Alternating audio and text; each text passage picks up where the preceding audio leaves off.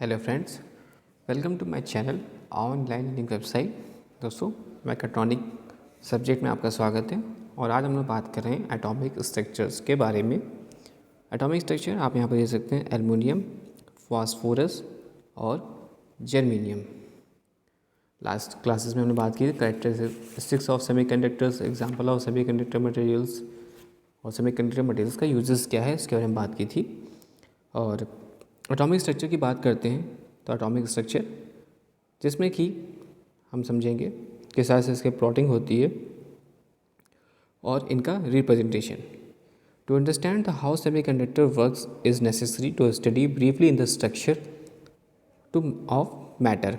All the atoms are made of electron, proton and neutrons and most solid materials are classed from the stand point of electrical conductivity as conductors, semiconductors or insulator. To be conductor, the substance must contain some mobile electron, one that can move freely between the atoms, and these free electrons come only from the valence orbit of the atoms. Physical force associated with the valence electron bind adjacent atoms together. The inner electrons below the valence level and do not normally enter into the conduction process. तो यहाँ पर देख सकते हैं आप, these are the 3 valence electron और यहाँ पर फास्फोरस में 5 वैलेंस इलेक्ट्रॉन, जबकि जर्मेनियम में हमारे यहाँ पर 4 वैलेंस इलेक्ट्रॉन हैं। तो ये क्या रिप्रेजेंटेशन कर रहे हैं कि जो कंडक्टिविटी है इनकी वो डिपेंड करती है number of electron in the valence orbit. तो ये काफ़ी इंपॉर्टेंट पॉइंट ऑफ व्यू है कि कंडक्टिविटी जो होती है वो डिपेंड करती है on the number of electrons in the valence orbit. An electron diagrams of for 3 there typical element, जैसे कि हम बनाते हैं एल्युमिनियम का, फास्फोरस, जर्मेनियम का।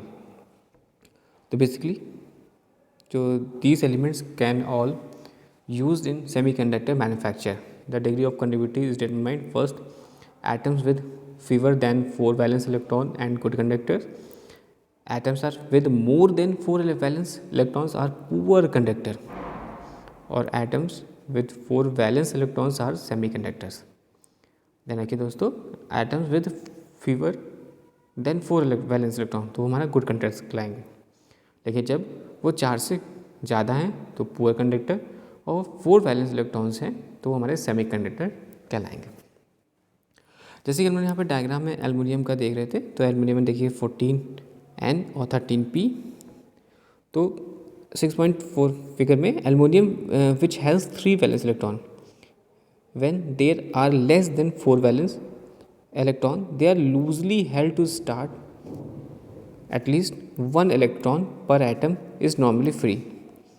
Hence aluminium is a good conductor. तो आपने यहाँ पे देखा एल्युमिनियम गुड कंडक्टर क्यों है। This ready availability of free electrons is also true of copper and most of other metals. तो फास्फोरस की बात करते हैं तो फास्फोरस में 5 इलेक्ट्रॉन्स हैं, 5 वैलेंस इलेक्ट्रॉन, और when there are more than 4 valence electron they are lightly held in orbit so that normally none are free. Hence, phosphorus and the similar elements are poor conductors, insulators.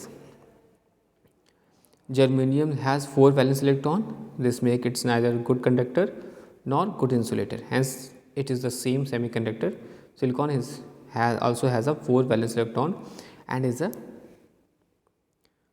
semiconductor. आगे बात करते हैं notes.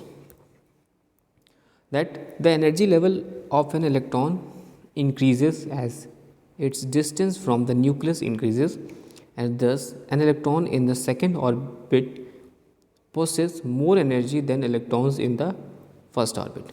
Electrons in the third orbit have the higher energy than in the second orbit, and so on. It follows therefore the electron in the last orbit will possess very high energy. These high energy electrons are less bound to the nucleus and hence they are more mobile. It is the mobility of the last orbit electrons that they acquire the property of the combining with other atoms. Further, it is due to the combining power of last orbit electrons an atom that they are called valence electron. Further आगे बात करते हैं तो यहाँ पर हम बात करेंगे कंडक्शन इलेक्ट्रॉन्स की, वैलेंस इलेक्ट्रॉन की, कंडक्शन बॉन्ड की, इंसुलेटर की, कंडक्टर, सेमीकंडक्टर मटेरियल्स की. पहले बात करते हैं कंडक्शन इलेक्ट्रॉन. तो conduction electron are those valence electron which have gained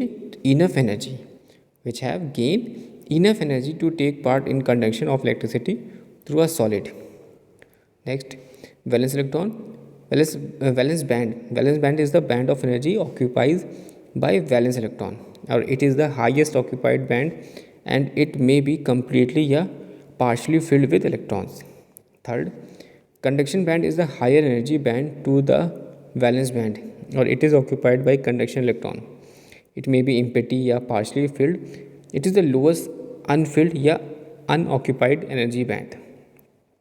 Next, fourth, insulator. Insulator are those materials first have the full valence band, second have an empty conduction band, third have a high energy gap between valence band and conduction band.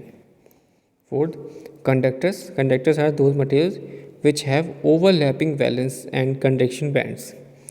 Conduction take place with the help of conduction electron.